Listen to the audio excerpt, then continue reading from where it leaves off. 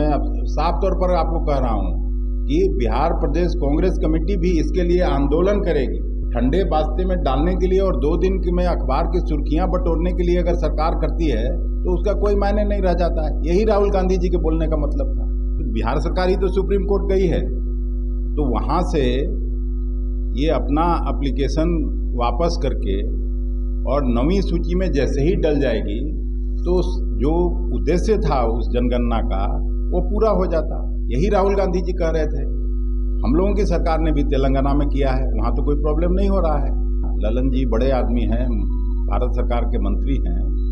संजय झा जी भी बड़े आदमी हैं, बड़े नेता हैं, उनका भी मैं सुन रहा था टीवी पर।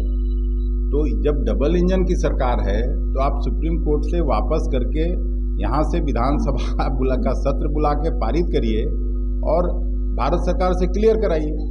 आज जो आप लोगों के बुलाने का मकसद था कि हम लोगों का जो एक कार्यक्रम है जय बापू जय भीम जय संविधान, उसको लगातार हम लोग चलाने का काम करेंगे पूरे राज्य में। और उसका शुरुआत चंपारण, सासाराम और बक्सर से किया जाएगा। फरवरी के दूसरे महीने से ये कार्यक्रम चलेगा और सभी जिलाओं में ये कार्यक्रम पूरे मुस्तैदी से कांग्रेस पार्टी चलाएगी। इसी कार्यक्रम के उद्घोषणा के लिए आप सभी मित्रों को हम लोगों ने आमंत्रित किया था।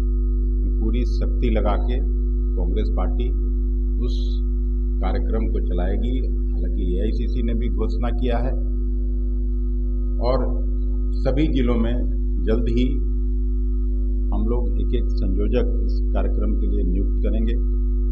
वो बाद में आपको उसका सूची दिया जाएगा। मुझे आज इतना ही कहना था और आपको अगर कोई सवाल हो तो पूछिए। देखिए, गाड़ी में जब हम लोग आ रहे थे तो राहुल जी ने पूछा इस सवाल कि जातीय जनगणना सबसे पहले बिहार में हुआ और हम लोग सब चाहते थे कि जातीय जनगणना हो। राहुल गांधी जी का तो हर जगह जहाँ कहीं भी भाषण होता है वो इस मुद्दे को उठाते हैं, लेकिन जातीय जनगणना इसलिए नहीं हुआ था कि उसको ठंडे बस्ते में डाल दिया जाए। और उसका कारण मैं समझता हूँ, नीतीश कुमार जी हम लोगों से अलग हो गए और भारतीय जनता पार्टी के साथ सरकार बना ली। आप लोगों ने भी कई बार सवाल उठाया, उनका जवाब क्या होता है कि ये अभी कोर्ट में पेंडिंग है, कोर्ट जो फैसला करेगी तब फिर उसके बाद हम लोग फैसला करेंगे। लेकिन सही बात यह है कि डबल इंजन की सरकार की बात जरूर करते हैं नीतीश कुमार जी और विकास की बात करते हैं। अगर उनकी मंशा साफ है तो जो 95 लाख परिवार को 2-2 लाख रुपए देने की बात हुई थी तो क्या किसी परिवार को मिला क्या? 1 मिनट लगता है कि सुप्रीम कोर्ट से वो अपना ये वापस कर ले और यहाँ आके विधानसभा का सत्र बुलाएं। सत्र आहूत करने में भी ज़्यादा समय नहीं लगता है और विधानसभा का सत्र से 9वीं सूची में डाल के उसको भेज दें भारत सरकार को। 9वीं सूची में जैसे ही हो जाएगा तो इसका मार्ग प्रशस्त हो जाएगा, क्योंकि जनगणना का मतलब केवल ये नहीं था कि आरक्षण के दायरे को बढ़ाने की बात हुई थी जो यहाँ हाई कोर्ट ने खारिज किया था। तो इसमें नीतीश कुमार जी की सरकार को क्या लगता है? भारतीय जनता पार्टी के दबाव में नीतीश जी ये काम नहीं कर पा रहे हैं और यही उन आदरणीय राहुल जी के बोलने का मकसद था, कोई दूसरा मकसद नहीं था। दबाव बनाते तो बिहार सरकार ही तो सुप्रीम कोर्ट गई है, तो वहाँ से ये अपना एप्लीकेशन वापस करके और 9वीं सूची में जैसे ही डल जाएगी तो जो उद्देश्य था उस जनगणना का वो पूरा हो जाता। यही राहुल गांधी जी कह रहे थे। हम लोगों की सरकार ने भी तेलंगाना में किया है, वहाँ तो कोई प्रॉब्लम नहीं हो रहा है। जो घोषणा हुआ था उसके अनुसार हो रहा है। कर्नाटक में कांग्रेस की सरकार कर रही है और आप देखिएगा वहाँ भी सख्ती से वो लागू होगा, तो उसको गलत दिशा में नहीं जाना चाहिए। यही उनके कहने का मतलब था और मतलब साफ था। तो नवी केंद्र सरकार किसकी है? उसमें नीतीश जी शामिल नहीं है क्या? अब मैं सुन रहा था, ललन जी बड़े आदमी हैं, भारत सरकार के मंत्री हैं, संजय झा जी भी बड़े आदमी हैं, बड़े नेता हैं, उनका भी मैं सुन रहा था टीवी पर।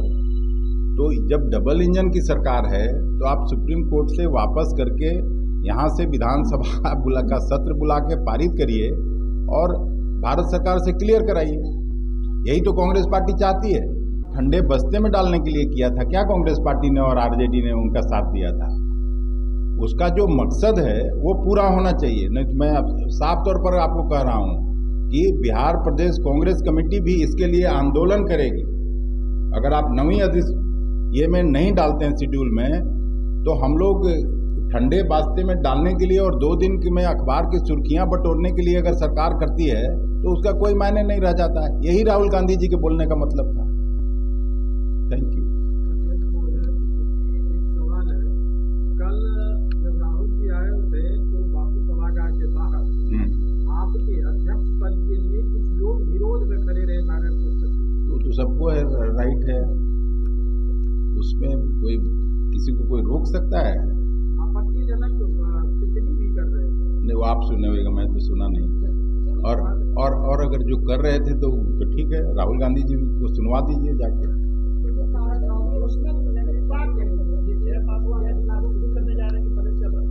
नहीं, ये घोषणा तो वहाँ से हुआ है। हम लोग का जो CWC का बैठक हुआ था बेलगांव में, वहाँ से ये हुआ है। तो इस कार्यक्रम का शुरुआत हम लोग दूसरे सप्ताह से शुरू करेंगे और पूरे उसको ये ले जाएंगे।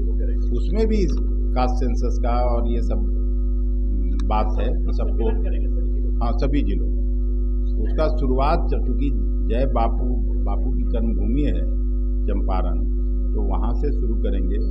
फिर उसके बाद सासाराम में करेंगे, बक्सर में करेंगे और फिर उसको आगे बढ़ाते हैं।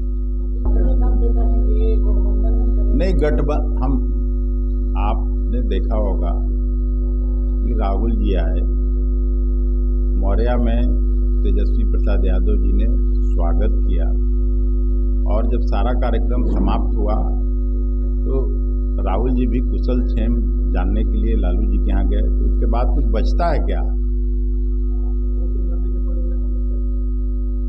अब फिर वही कह रहे हैं कि सवाल पर सवाल अभी मत करिए। कल के लिए थैंक यू।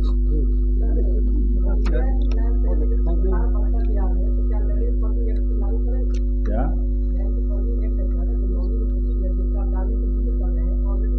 अभी पहले चुनाव लड़ने दीजिए, सरकार से बाहर करने दीजिए, तब फिर आपके सवाल का रेलेवेंस होता है।